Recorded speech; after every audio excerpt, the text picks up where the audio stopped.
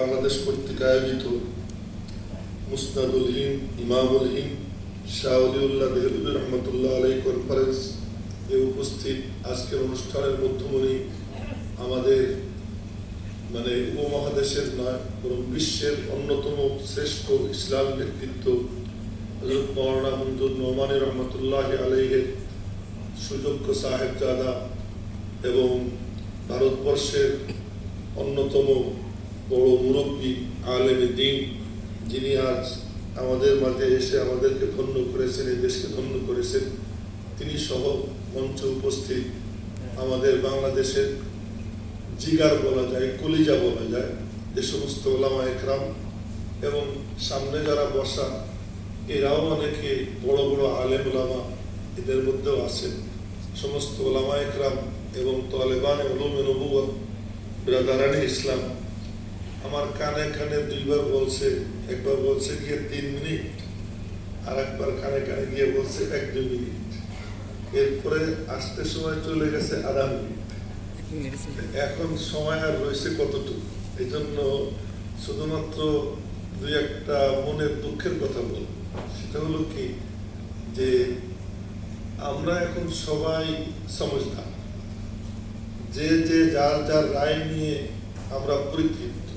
আমি যেটা বুঝি, আমার পক্ষে যদি কেউ বলে সেই মুরব্বী মুরব্বী, যদি আমার মতের সাথে না মেলে ওই মুরব্বী কোনো মুরব্বী না।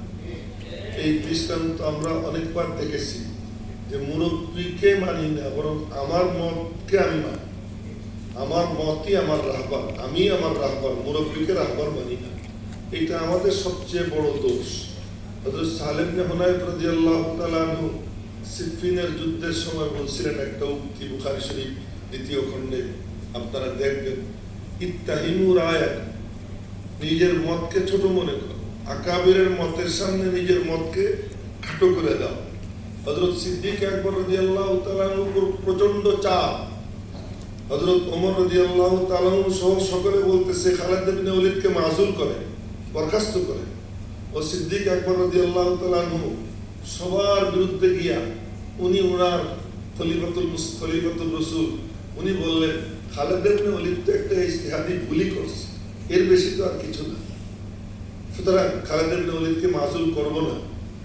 বড় সাহাবী ওনাকে বললেন তুমি ফিরে যাও, খালিদ যা বলে সেই অনুযায়ী চলবা, মাথা নত করছে। হযরত ওমর রাদিয়াল্লাহু তাআলা আনহুর মতো ব্যক্তিত্ব মাথা নত করছে, মুরব্বী বলছে। আজ আমাদের সবচেয়ে বড় অভাব, মুরব্বী মানতে রাজি না। আমার মতের সাথে মিললে মুরব্বী মুরব্বী, আমার মতের সঙ্গে যদি না মিলে মুরব্বীর কোনো হাইসিয়ত নেই। এই জন্য আমার আজকে এই শাহ ওলিউল্লাহ মুহাদ্দিস দেহলভী রহমতুল্লাহ আলাইহি কনফারেন্স, এর থেকে, এখান থেকে, এই মঞ্চ থেকে আমি শুধু মনের এই আকুতি জানাবো যে আমরা তো জোড়ার জন্য, তোড়ার জন্য, এবং জোড়ে কি দিয়ে দিনদারি, দিনদারি এসে যায় জোড়ে, ইখলাস এসে যায় জোড়ে, ইখলাস জোড়ে যায়, হদ দর্জি এসে যায়, নিজের মতকে নিজে প্রাধান্য দিতে আরম্ভ করে দেয়, তখনই তোড়ফোড় শুরু হয়। এই জন্য আজ আকাবিররা মঞ্চে উপস্থিত আছেন।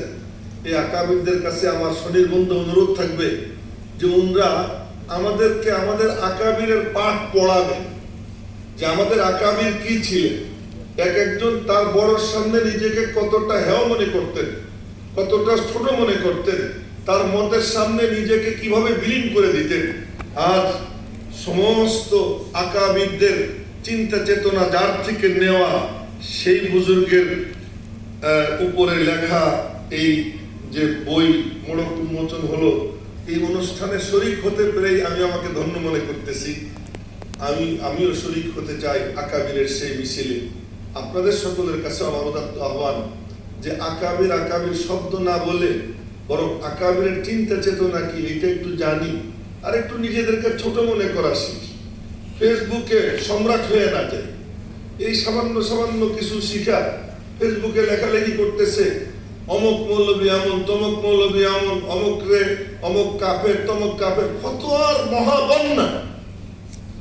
এই যে অবস্থা, কোথায় যা পারে সব নিজের ঘরে। হযরত শাহ ওলিউল্লাহ মুহাদ্দিস দেহলভী রহমতুল্লাহ আলাইহি বলেছেন, হামিয়াতে জিনসিয়া, এই জাতিকে খতম করে দেবে। এই হামিয়াতে জিনসিয়াটা কি, কাদের স্বভাব, এটা আমরা ভালো করে জানি। সবচেয়ে নিকৃষ্ট যে জন্তু আমরা বলি, শব্দটা আমি উচ্চারণ করলাম না, ওদের স্বভাব হামিয়াতে জিনসিয়া, যে সারা দুনিয়া ভোগ করুক কিন্তু আমার জাতিকে ভোগ করতে দেব না।